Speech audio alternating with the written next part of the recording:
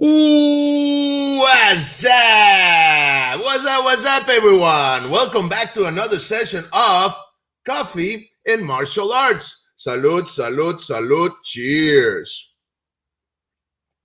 And today we have a great day. We have a very special guest, a very good friend of mine, Grandmaster Jerry Arrechea. He's going to be with us. Well, he is with us already in the show. But before we bring him in, I just want to say that I'm very honored to have him here. He is a top martial artist, recognized worldwide in Jeet Kune Do, Eskrima, Muay Thai circles, and he's been doing martial arts for many, many, many years. I'm not going to say how many because he's around my age. So anyway, he's here to share some of his stories and his point of views and stuff. Very interesting, and we're going to talk about his career as a martial artist and also a lot of the top grandmasters that he has studied from. So I am very honored to bring you here, Maestro Jerry. Hello, sir. Hello, everybody. How you doing? Good. How are you, my friend? It's great to be back here. So before anything, I just wanted to share with your audience. I mean, you mentioned something about so many years in martial arts that I may have, but you're not that far, my friend. You've been in the business for a long time as well. So the other day I was digging, into the old, memories, treasures, and all that, and I found this. Oh my God! So this is you in the cover of this special issue of the martial arts magazine, and this was a special issue on self defense. So I found this, and well, I'm very happy that the timing was good, so I can show this to your audience because Nice. I'm sure they have not seen this before. No, I actually don't have a copy of that one. I have a copy of other ones, but not that one. So thank you. And you know something, Master Frank Soto is so humble that he only talks about what his peers in the martial arts have done, and he seldom talk about himself. So believe me, he is one of a kind. He's a true master, and the effort he's doing every day in sharing and sending all this good vibe across the world of martial arts is unique. So for that, my friend, thank you very much on behalf of all your fans. So thank you very much for having me again. Now we're gonna be sharing experiences with our English-speaking fellows across the globe. Yes. And well, thank you for this opportunity. And I will begin by talking about my personal history in the martial arts. I started when I was 70 years ago under my father, who used to be a judo player, and he's a former captain of a merchant marine in Cuba and in the United States. And well, he was my first sensei in the martial arts. He taught me judo. He was a student of the legendary Mokan Sen, who trained a lot of people in Cuba, the United States, especially in South Florida, and also in Mexico City. And after that, I trained under Master Enrique de los Rios and Ezequiel de los Rios in Bodhidharma Taekwondo. I'm currently a fourth Dan black belt degree in Taekwondo. I also studied Guan Chuen Tao Kung Fu under Fernando Velázquez for about 3 years. Nice. And also I studied under Sensei Miguel Piedras from Aikikai in Aikido. And in 1989, no, that was in 1990, my life changed because that's where I met the late Grandmaster Richard Bustillo. I was very naive at the time. I didn't know exactly what Jeet Kune Do was all about. I had no idea. But when I first attended that seminar and he started to flow from one range of combat into another, to me was very revealing, and it was actually something that I was somehow already doing the fact of mixing different ranges of combat, because sometimes when I used to fight in Taekwondo, and I couldn't, I grabbed a guy and I put him on the ground, but that was not sanctioned. That was not, that was illegal, right? Sometimes Right. I was doing judo. All of a sudden, I threw a punch to a person, and also I was disqualified. So, and also we trained, especially in kung fu, the use of weapons, but never as sparring, as doing as intended to do sparring. It was more for doing forms. So when I get to know Sifu Richard, and he had all these uh, open mindedness about what martial arts and real combat should be. To me, that was it. To me, it was okay. My search is over now. I need to start understanding and learning more about this concept. And of course, that was my first contact with the Zhongfang Kung Fu arts, the arts of Jeet Kune Do, Bruce Lee, and to me was also very revealing, because I didn't understand that. Well, I knew that Bruce Lee was an actor. I was when I met Steve Richard. I was 16 years old, and the only thing I knew about Bruce Lee, it was that he was an action star. But I never thought, it never crossed my mind that he was actually a martial artist, a real martial artist who developed his own martial art craft. So I fell in love with the concepts, with the ideas, and with the training. I also like very much the Muay Thai, because I heard the first time I heard about Muay Thai was when I was very very little.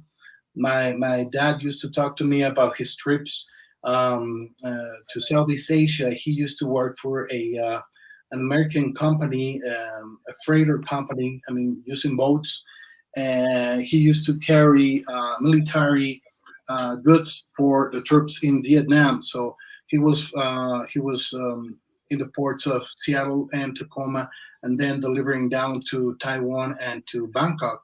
All these goods for the military over there. So once he was in Thailand, he made a few friends over there, and they show him the art of Muay Thai. So since I was very little, I saw these pictures from my dad in a very exotic place. You know, this was back in 1960, 61 or so, and you know these black and white pictures, and I couldn't really grasp or understand. I mean, this guy is on a ring, wearing headbands. I mean, what was that about? And he was telling me that in the Muay Thai they used to use elbows and knees, and so to me it was like he planted that seed in my brain, but I never had any idea of what actually Muay Thai was, because there were no Muay Thai films at the time, right? You only could Right. see kung fu movies or some other movies displaying other martial arts, but never Muay Thai. So when I first met Sifu Richard, and he started to show us all these Muay Thai techniques, all of a sudden a lot of things that my father had told me from China, from the Philippines, from Thailand started to make sense. So I mean, that's why I'm telling you it was a life changer. And also, you know, the persona of Richard Bustillo, he was, I mean, I guess that was his main quality. I mean, he was a great human being. He was an excellent teacher. He always tried to keep things, um, fun for the students. He didn't like people to get hurt or anything. There was no ego at all in his seminars or anything like that. He always promoted collaboration and respect amongst martial artists. So he was a true mentor. He was a true role model to me. So when I Nice. first had the chance, I started to travel to Los Angeles to train under him. I I started to go there in maybe 1990 or 1991 at the old academy in Carson. And so it was an amazing experience. As I told you, I started in 1990 with him, and unfortunately, our teacher passed in 2017. The last time I got the chance to see him was only 2 months before his passing. He was honored by the Burbank Martial Arts. I guess it was Burbank, yeah. Um, Martial Arts History Museum. It was a Richard Bustillo Day. That was sometime around January 2017. So I made a trip to Mexico just to be there in his ceremony. And when I told him I'm flying over to LA to be at your presentation at the museum, he said, "Well, I mean, but it's going to take only a couple of hours. I mean, we're not going to be doing any training, any seminar, or anything." And I said, I mean, you have done so much for me, for my personal development, professional development for the last 27 years. I mean, of course I will be there. If it is only 2 hours, I don't care. I mean, you have given so much to me through the last 27 years that, I mean, a trip over there would mean nothing, versus what you have made for me. Right. So we were there. It was a very nice gathering with all his students from the IMB Academy. We had some other guys from the IMB Ohana. Ohana means family in Hawaiian. Of course, Sifu Richard was Hawaiian, so we are very we're very tied to all the concepts from the Hawaiian culture, especially the Ohana term. So we have Kai Lee from Hawaii. We had Nathan Nate also from Hawaii, and guys from Seattle, from all over, and especially the guys from right there at the IMB. So it was a very, very good day. And after that, we went to have dinner all together. And that was the last time I saw my teacher. I received a call from him maybe 2 weeks after, thanking me for attending. And that was the last time. So, when we heard about his passing, it was shocking.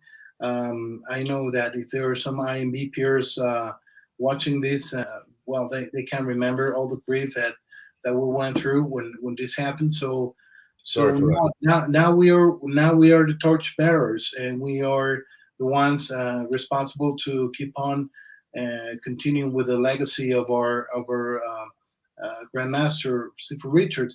One of the great privileges that we had under him was that through his open mind, he wanted to share not only his knowledge, but he wanted also to share his students with other grandmasters in order for his students to evolve and to be better martial artists and get better or other examples from other teachers. So one of these teachers was the late legendary Grandmaster Siriaco Cacoy Cañete from Cebu, Philippines. So I met the first time I met. Yes. Okay, Jerry. Yeah. Give me a second because we have comments here. People who want to say hello. Federico Arriaga Moreno says, "My regards and respects for Grandmaster Jerry Arrechea." Catherine Letter Sumter says, "Good morning, Master Frank and Grandmaster Jerry. Cheers from CCDP in Washington State. Nice magazine cover. Thank you." Okay. Tobias Ricker says, "Sifu Richard was the man." Yes, agree. And Sifu Jerry is indeed top dragon. Nice. Guten Tag, Tobias. Oh, guten Nacht. Tobias is watching us from Germany. Thank you very much for joining us, brother. Hello, Tobias. Salute. Keep on trucking, Jerry, he says. Nice. Okay. Maestro John Ward, greetings from Ireland. Thank you, sir. Hello, mate. Raimundo Raymond Romero dice saludos maestro y un abrazo desde Venezuela. Salud to Venezuela. Saludos. Federico says, I understand it was actually Sifu Richard Bustillo who called Grandmaster Jerry Top Dragon. Can you share that story with us? Oh, yes, for sure. Yes, and I will share evidence of that as well. Yeah, I'll bear that in mind before I go, after I speak about Grandmaster Cacoy. Okay. Tobias says, thank you guys. Okay. So you started training when you were 7, right? You said? Yes. And did you live most of your life, or all of your life, have you lived in Mexico City, my friend? Or have you been in other, because your English is really good. My family, they're, from the side of my dad, they are Cubans. So when the Cuban Revolution broke, they flee to the U.S. My family originally they established in New York City. Okay. That was my grandmother and my auntie Ileana and my grandmother Isabel, and those were rough times for them at that time. And I bet. My grandma was very good in sewing. So one of her first jobs in New York was sewing the uniforms for the New York Yankees. So Wow. that's why we like the Yankees at home, right? So Nice. eventually they moved to South Florida and established in the city of Miami. And years later, my dad also came to the U.S. and he started to work for an American transportation company, as captain of boats, and we have had a family house in the States since then, right? That's why I come and go all the time. I spent most of my time between Mexico and the U.S. I didn't really establish in the U.S. Because I really didn't feel the need to. That's like my second home, right? It's part of my house. So I know that home is Mexico City and Miami. So I have no problem with that. And I go there every other month or something like that since I was like 5 years or so. Nice. That's why something came up, with the practicing English and all this. Right. And you also mentioned that you started training when you were 16 years old with Maestro Bustillo. Yes. And that you didn't know much about Bruce Lee being a martial artist and all that. Just to put a little bit of,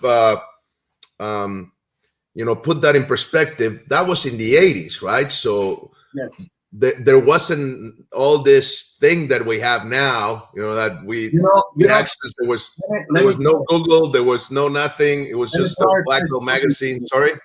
Let me clarify something. In the 80s, Google really sucked. So I didn't know a big bunch of things. Right, exactly. So actually, I remember when we got like Black Belt magazine, only a few places got the magazine and you had to go and look for it.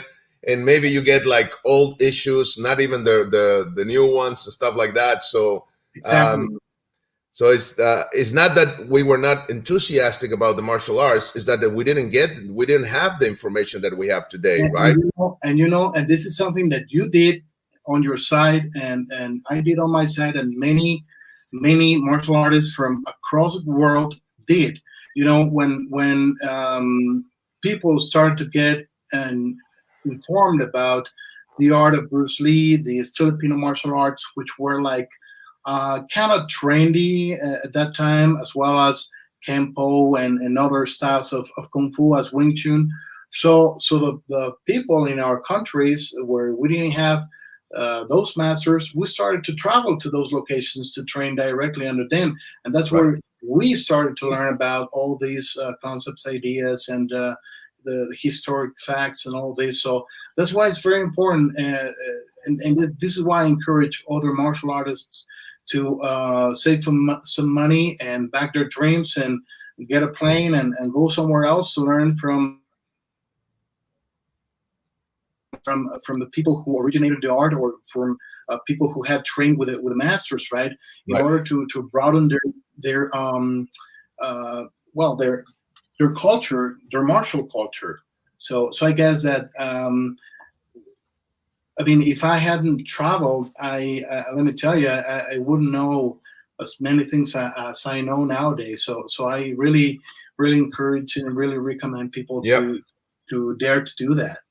I think you got as close to the source as possible, right? So I think that's, like you it's said, funny that's very important. because I was I don't know, maybe I was maybe 18 or so, and I had this notebook, and the ones we used for high school, and then I painted the cover one of those in black, and then from those magazines you mentioned, I started to cut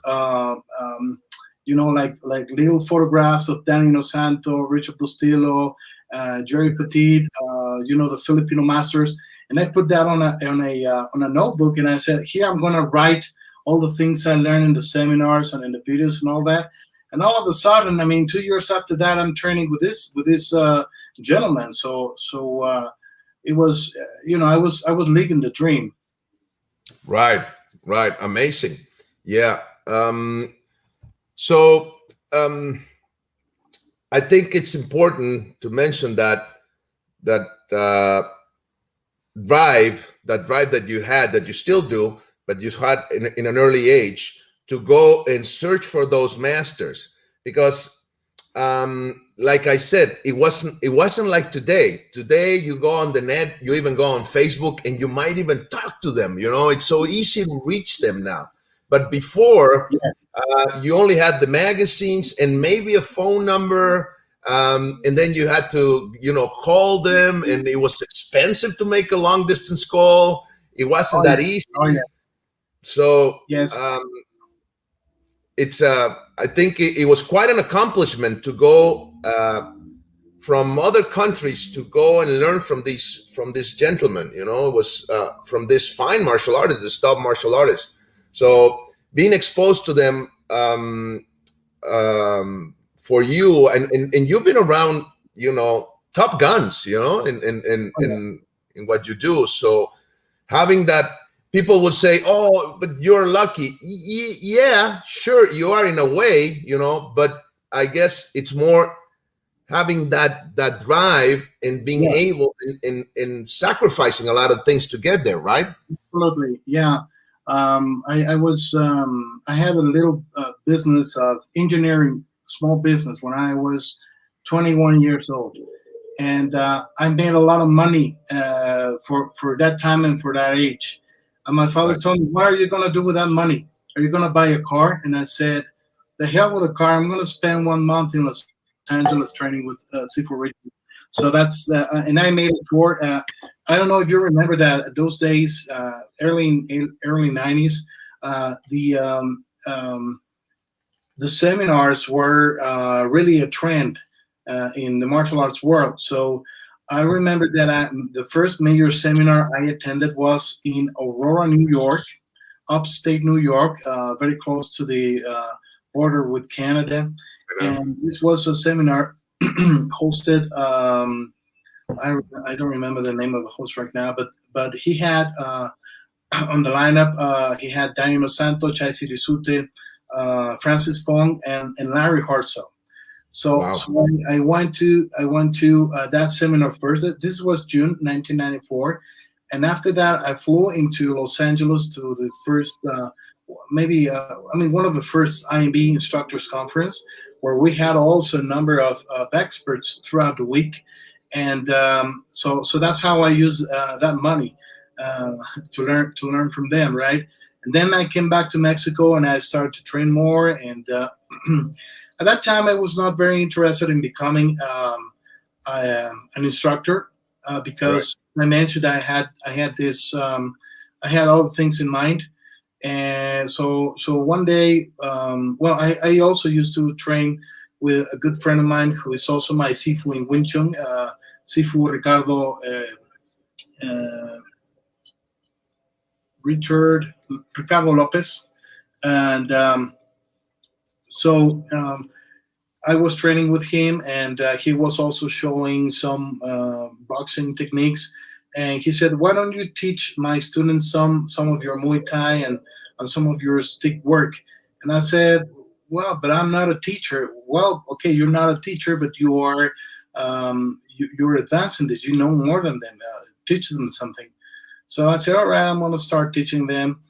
And and one of those guys that were there, Armando Sertucci, he approached me and he asked me, "Hey, how do you do to train? I mean, do you train? Where do you train? At what time do you train?" And I said, "Well, I train alone." And he said, "Is it possible that I can train with you?" And I say, "No, I train alone, or I train in Los Angeles." And he said, "What? I mean, what the hell is going on with this guy? I mean, he's so, you know." And eventually, Armando lured me into teaching. He convinced me to teach him and a group of friends, and that's how I really started to train other people, because Armando Sertucci lured me into that, and well, he's been my friend for the last maybe 30 years, and he's actually my business partner in the new academy that we just opened, but we just closed due to the pandemic. But I mean, that's how I got started as a teacher. Nice. Let me say. Okay, we have some hellos here. Juan Martín Álvarez. Saludos, Master. Saludos, mi estimado. Let's take a moment to remind you guys, we are going live. We are going live through the International Hall of Fame Facebook page of Argentina. Thanks to this man. Thank you, Juan Martín. James Brickle, greetings from USA, Southern Indiana. Hello, James Brickle. Thank you, sir. Medina Rafael, saludos, maestro Frank Soto, igual a toda nuestra comunidad de las artes marciales. One team, one fight, one family, stay strong. Thank you. Salute all the way to Puerto Rico, I guess. Yes, nice. Luis González, hola, abrazo grande, hello. María López, saludos desde Buenos Aires, saludos. Claudio Marcelo, in my opinion, one of the best programs in the world in martial arts is the Marine Corps MCMAP or MCMAP. It's a combative system developed by the U.S. Marine Corps in the civil world. How do you see the development of self-defense programs? Greeting Grandmaster Arrechea and Master Frank Soto from Chile. How do we see the development of self-defense programs? There's a lot of self-defense programs, right? A lot of good people teaching.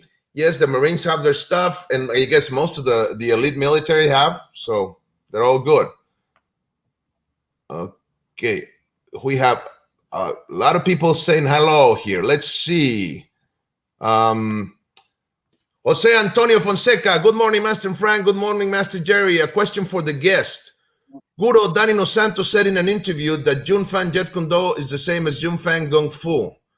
What do you think of this from Mexicali? Okay, Jose Antonio. What was this? By the end of 1995, all the students of Bruce Lee gathered in order to organize the art of their late master.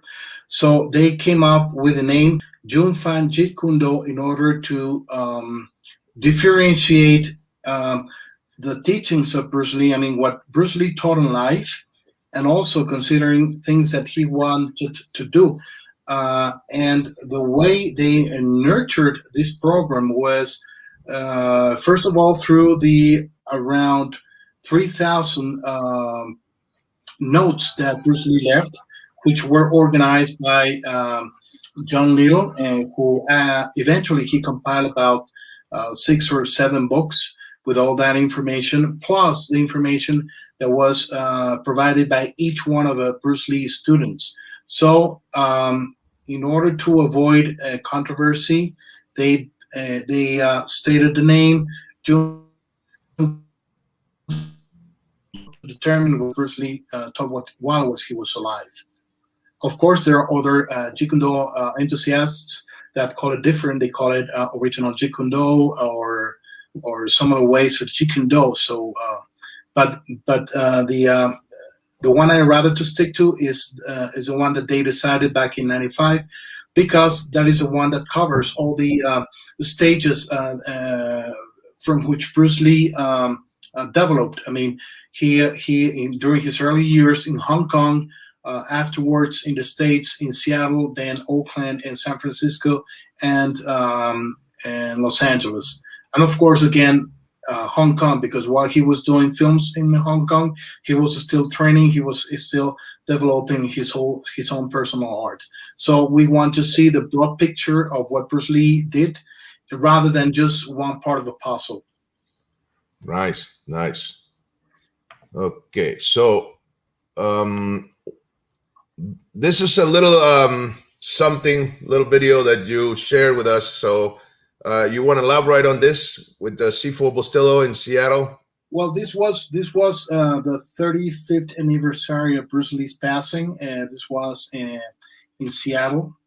So there was a very nice gathering of former students of Bruce Lee, all of them teaching their own skill and some of the things they learned with a great Bruce Lee.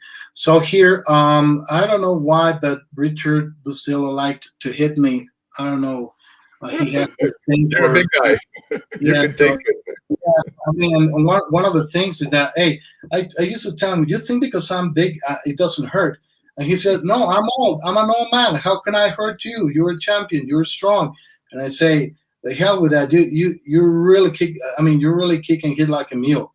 I mean, old man, my ass. So it was always fun to help him. I learned a lot by being there one-on-one with him. So this was a very, I mean, we had experiences like that. During a year, I assisted him at least 5 times in different locations. So it was always a good experience to learn from him like that. And I am also very grateful that through me he could explain his art, and it was fun. It was fun. One of the things that we seldom talk about when we do martial arts, sometimes people talk too much about how effective should be this in a real fight situation, or how could I get stronger with this, or what the strategy for me to win in the octagon. But very seldom we speak how much fun we get training. I mean, it doesn't matter what martial art you practice, it is super fun. And Richard Bustillo had this magic. I mean, he could make, the time you spend with him, it was like a very, very fun, very rewarding time, because he was also a philosopher of life. He used to give us, he was not into Zen or Taoism or Buddhism or anything like that, but, his approach to life was so practical and so simple and so rewarding that, all of us that were able to train under him, we shared the same feeling, and that's why he was super successful in the seminar circuit. Nice. During this seminar, there were also the cameras of History Channel, because they were doing this documentary on how Bruce Lee changed the world. So I was hoping to see myself in the documentary, in the final edit, but the only thing I got to see about myself in the final cut was a piece of my bald head when we visited the cemetery to pay respects to the grave of Bruce Lee. But it was a very good experience, that seminar over there. Also, great friends as Sifu Tyrell, Grandmaster Tyrell Kamada from Seattle was there. He is also in that video.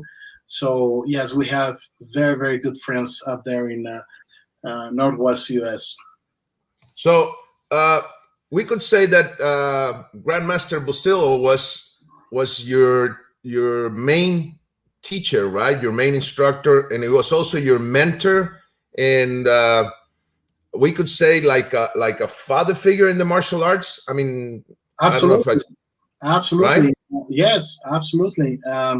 When I used to call him to the IMB, when he called me, he said Arrechea son, and sometimes my father was kind of okay. I'll pass on this. I will not get jealous just because he's a super great guy, right? So I was very fortunate, and I that this is luck because I had my father with me.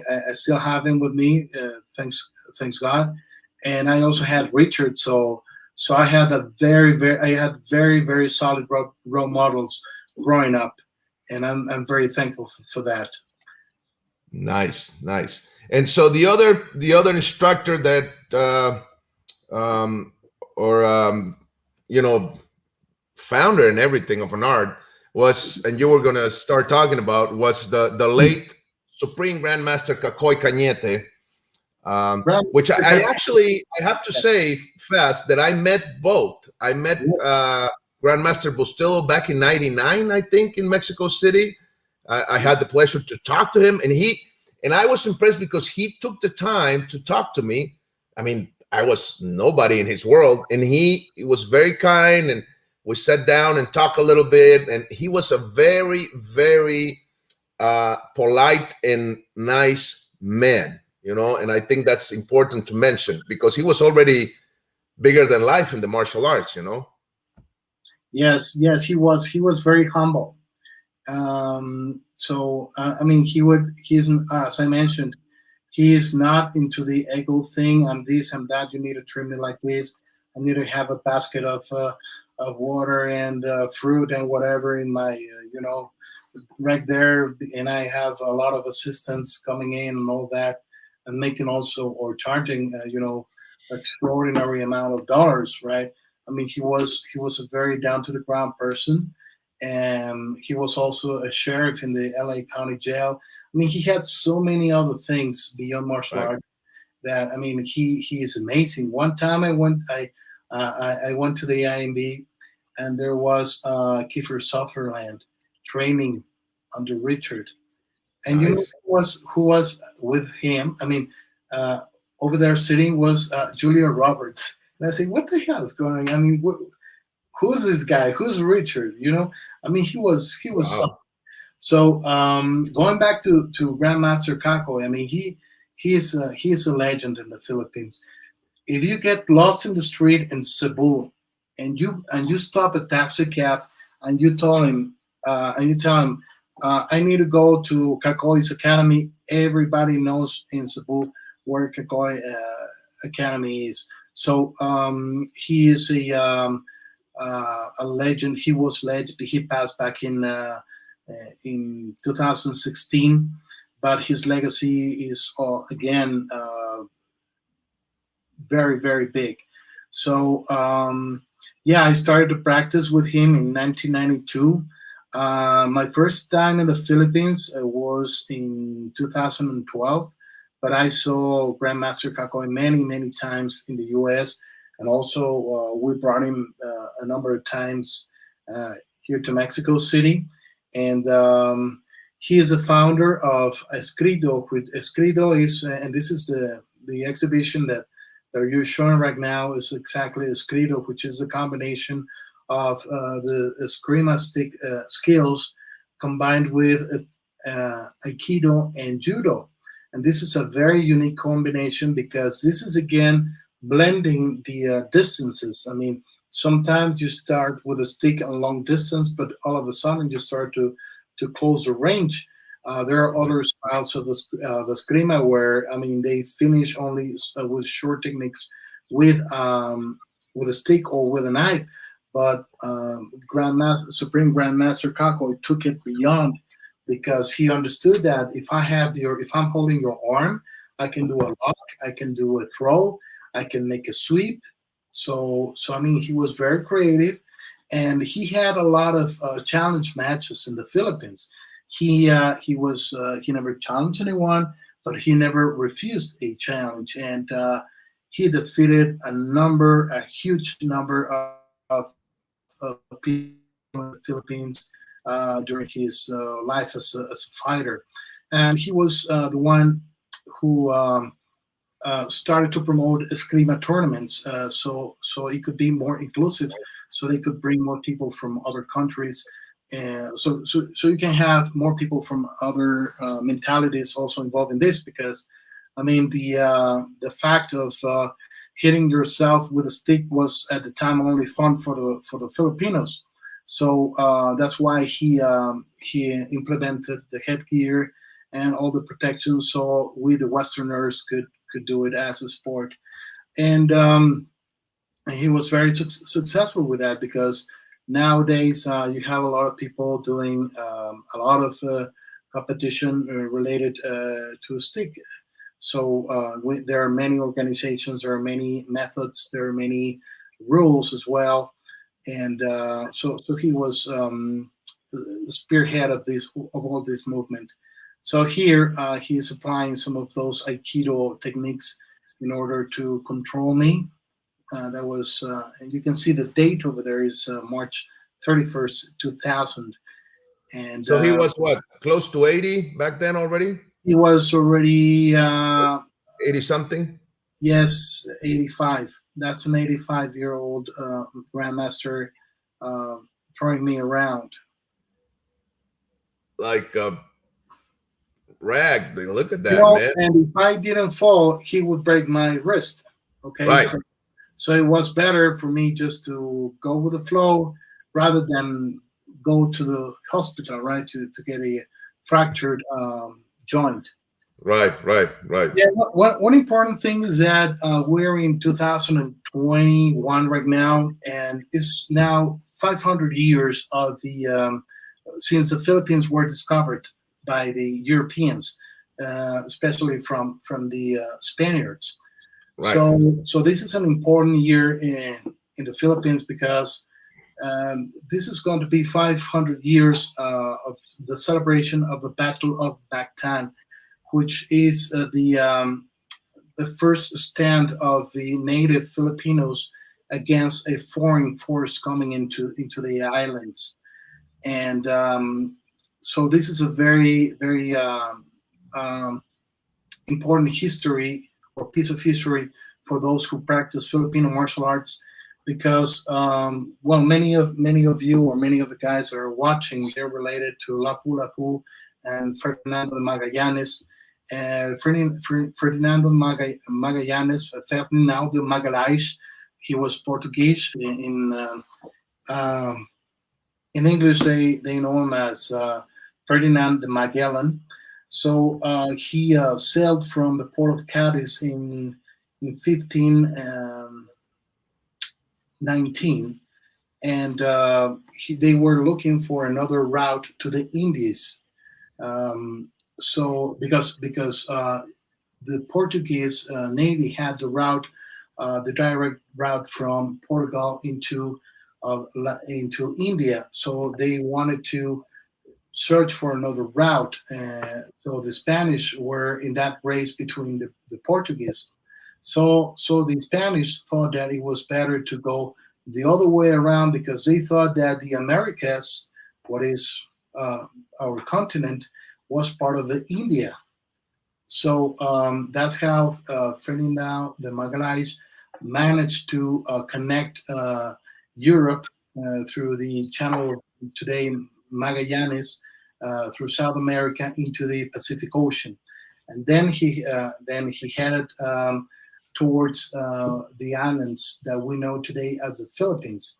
So when he got there, he got acquainted with the governor of the island of Cebu, and he actually Christianized a lot of people over there, and he received he had a very good reception by the governor of Cebu, but it didn't happen the same with the governor of with the chieftain of Mactan, who used to be Lapu Lapu. So Magallanes, actually, he was not a soldier. He was just a sailor in search of a better route. But he thought that maybe we could conquer these guys in Mactan. So he had only 50 people in his on his side. I mean, 50 Spanish sailors, not fighters. They were not properly equipped. They were not properly. They didn't have the required type of weapon for a operation of conquest, right? So they thought that they could just maim Lapu Lapu and his pintados. The pintados are the soldiers or the natives of Cebu, of Mactan, and Magallanes resulted dead in that attempt.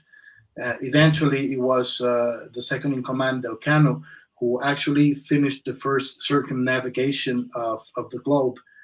But Fernando Magallanes lied dead in Mactan, and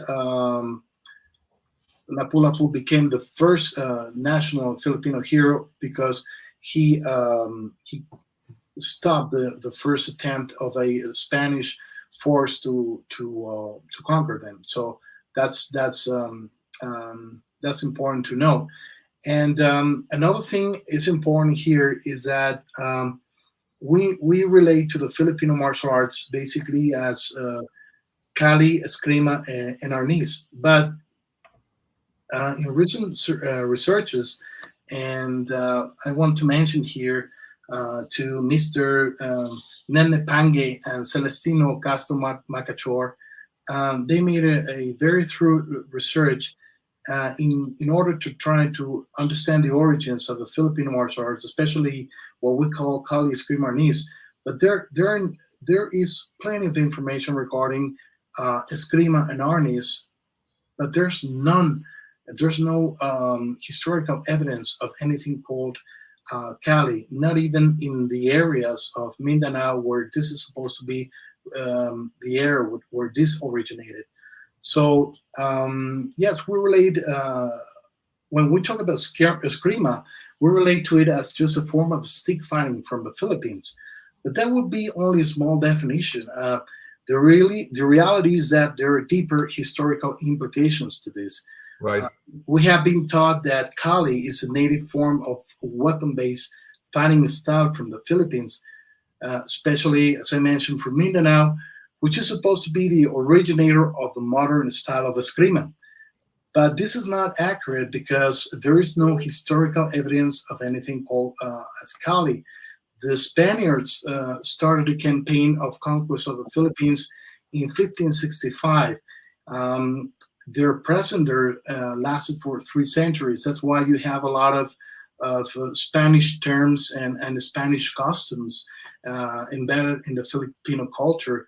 Actually, there is a language in the Philippines that is called Chabacano, which is a combination of dialects and also Spanish. So it's intriguing how people who goes there. I mean, Spanish people that go there. And you have people that speak Chabacano, and you can say "Hola, buenos días," and they reply "Buenos días, ¿cómo está?" in perfect Spanish. So that's part of the heritage of the Spanish over there. And as I mentioned, their domination, the Spanish domination of the Philippines, lasted for 3 centuries until 1889, which ended with the Spanish-American War. And during this 3 centuries period, the Philippines were partly governed from another Spanish colony. And this colony was named the New Spain. Nowadays, it's Mexico. So the real government of that colonial Philippines was established here in Mexico. And there's plenty of evidence of that. And there's a lot of documentation. And this is very important that as the Spanish army proceeded to take over the islands that we call today Philippines. I mean, at that time they didn't have any name. and they call it Philippines on behalf of the King Felipe II of Spain. So as they required more soldiers, the Spanish trained local Cebuanos to be part of the Spanish Royal Army. And here lies the key of this dilemma regarding Cali and Eskrima, because the locals, these Cebuano locals, were trained by the missionary warriors, priests, in the art of the Spanish fencing. And this original Eskrima is a derivation of the Spanish style of fencing named La Verdadera Destreza, which in English means the real skill. So here I would like to quote some of words of Master Ernestina Castro Macachor in his book, Cebuano Eskrima. This is, if you're interested in the Filipino martial arts, I don't know. Nice. It there. It is Cebuano Eskrima, Beyond the Myth, by Nene Pangale and Celestino Castro Macachor. I will just quote something from this book. Eskrima was invented primarily by early Christianized designs to fight intermittent mortal pirate raids in coastal villages, dating back roughly more than 100 years before the Spanish discovered the Philippines. So there are tons of documents of these facts in the Philippines, Spain, and Mexico. And but in the other hand, nobody has been able to produce solid evidence of the origins of the so-called martial art Kali. So this is very, very intriguing, and this is very eye-opening, because there's more information. I mean, this book has a number of years already. This was we're trying to convince Mr. Macachor to do a second edition of the book, because he has continued doing his research. Wow. And he's definitely somebody you want to have on the show. Oh, yeah, definitely. Talk to your viewers about all these historical facts about the Filipino martial arts, which are very revealing and very intriguing and mind-blowing sometimes. So thank you for sharing. Yeah, that's something important to take in consideration. Nice. We have more comments. Let's see. Martín Pérez, buena transmisión. Selleido Sudamérica, saludos. Ricardo López, hi Jerry. Sifu, mi maestro de Wing Chun. Ed Medina, hello from New Mexico. All right. Rafael Herrera, mis respetos, grandes maestros, un saludo desde España, Andalucía. Saludos, España. Patrick Kennedy, hi from all your friends in LTKKA, Ireland. God bless you all, Pat. Thank you, Maestro Pat. Yermis Caraballo, saludos cordiales desde Brasil. Nice. Obrigado. Federico Arriaga, Senior Supreme Grandmaster Cacoy Cañete, the undefeated champion. Yes. Tyrell Camara says, Hermano Arrechea, a scholar, humble gentleman, and an absolute warrior. Oh, brother. It's my brother from Seattle. Nice. Claudio Marcelo, very interesting to hear his story about Filipino martial arts. Thanks, Master Frank Soto. It's an amazing program as always. Thank you, Grandmaster Jerry Arrechea. Gracias, Marcelo. Ronald Briones, saludos a todos. Carlos Villarroel dice, buenas tardes, Big Master. Saludos desde Brasil, Manaus. Saludos al Master invitado Arrechea. Obrigado. Okay, we have a couple of questions here. Let me see. Tobias says, Sifu Jerry, what was the most impressive moment with Sifu Richard or the one you remember the most? There were so many, man. You know that very well. I mean, every time you spend time with Sifu Richard and you saw his smile, his jokes, and training under him, everything was great on just one. But I mean, he was one of a kind. I mean, he was awesome. He was a great leader. He was a class act. Yeah, and one can see um, that the respect that you have for him and the love that you still feel for the man. I mean, it's very obvious. And I remember that the briefly that I met him, he you could see that in him about how he felt about you, like you said, being the martial arts son. That's very nice, very Yes. nice to see and to witness. Yeah, I was fortunate, but you know that came with a high price of hard training mostly. I mean, Of course. it was not just like, oh, I like this guy, so it's fun to go get tacos with him and hear his jokes, and it was way beyond that. And Tobias and Tyrell and all the IMB guys, and also the Cacoy Cañete Brotherhood, they know that our masters, first of all, they were for real. They were real teachers. They were real warriors. So I mean, you earn their respect only through very, very, very hard work. That was the key, and commitment and respect. Nice, nice. Jose Antonio Fonseca asks, apart from JKD, what other arts did Grandmaster Bustillo practice? Well, among Bruce Lee's students, he always gave me the appearance of being one of the strongest physically. That's a good question. Well, yes. I mean, he was actually. I don't know if you know this, but Richard had about 100 amateur fights in boxing. He had one professional bout in boxing. So I mean, he was a real life warrior, and this is something that he talked to us all the time.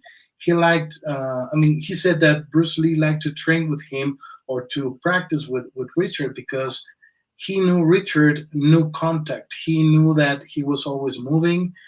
He was different from other of his students that were very static due to their personal background in martial arts. So Richard used to um, move around, and he was very resistant when he got hit.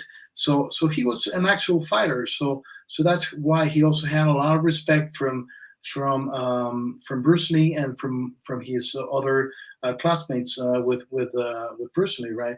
So that's why he was called the Iron Dragon of Jeet Kune Do, because he was not only a good person but a real tough guy, So Well, and he was. gaining respect from Bruce Lee, it was not just something that happened. Yes, yes, and you know something, and this is something my MB brothers will not let me.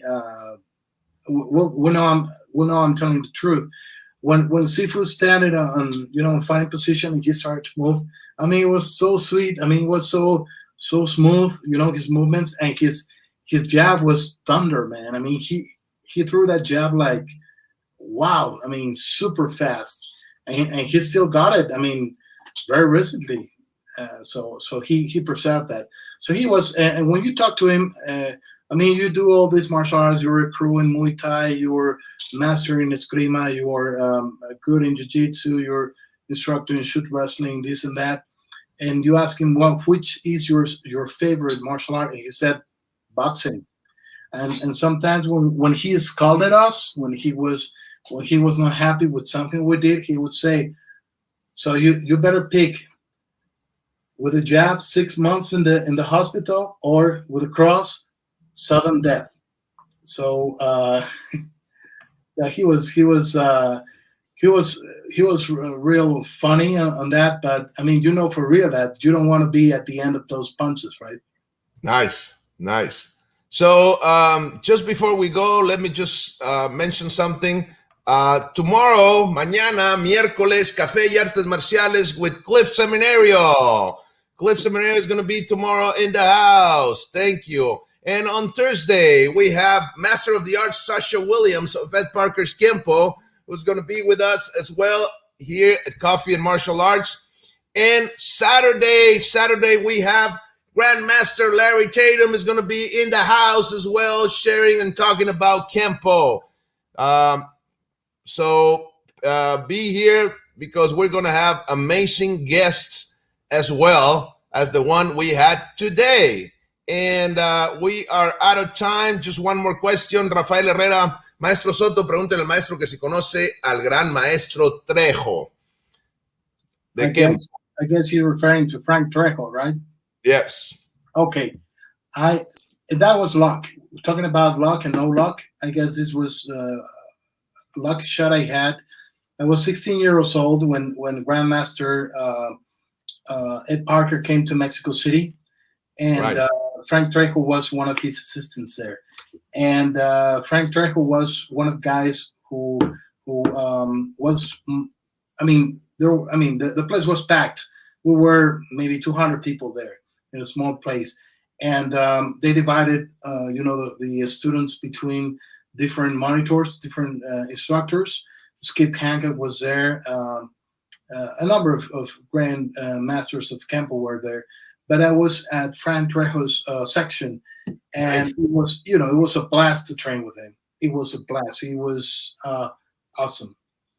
After that, from Kempo, I just saw Skip Hancock, maybe back in '94. And then when I started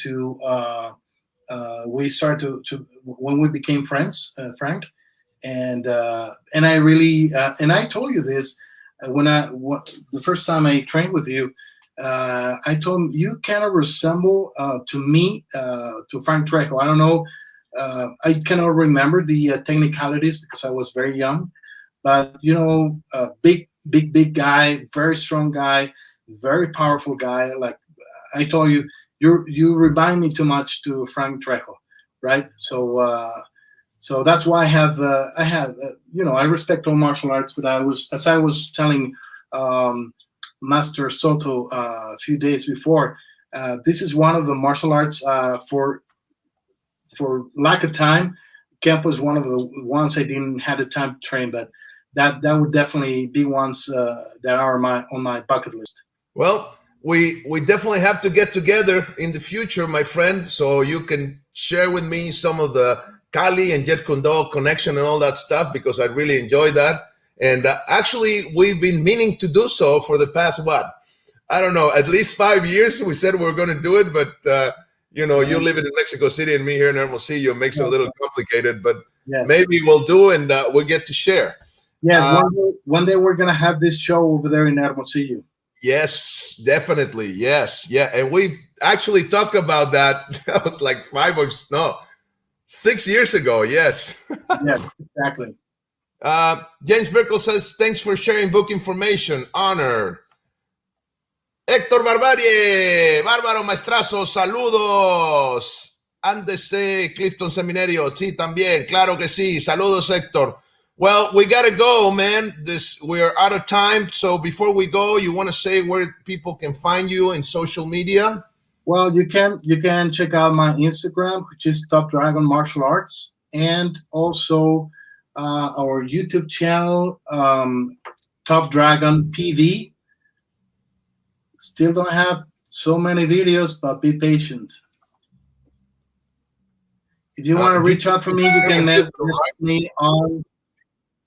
Yes, if you want to contact me, you can send a message to the Instagram through the Instagram account, Top Dragon Martial Arts. Okay, so there you have it. Well, thank you, my friend. There's also the website for the people in Mexico City who wants to become a part of the academy. I really suggest that you do so. Okay, Grandmaster Jerry, it's not just a top martial artist, but he's the real deal. So if you can, and also a very nice man, a very good friend. So I am sure that if you go there, you will learn a lot, you will be treated with respect, and you will have a great time. So thank you, my friend. Thank you for very much. Thank you for being on the show. And I hope to see you again soon here. We'll see if we can bring you back. There's plenty to talk about. Indeed. Okay. Well, thank you, everybody, for watching, and see you tomorrow, mañana, Clifton Seminario, Café y Artes Marciales, Thursday, Master Sasha Williams, and Saturday in Open Mat Talks, we will have Grandmaster Larry Tatum. Thank you again. It was an honor, my friend, and always a pleasure. The honor is all mine, my friend. Thank you very much for everybody that watched this, and take care. Be careful and have a good day.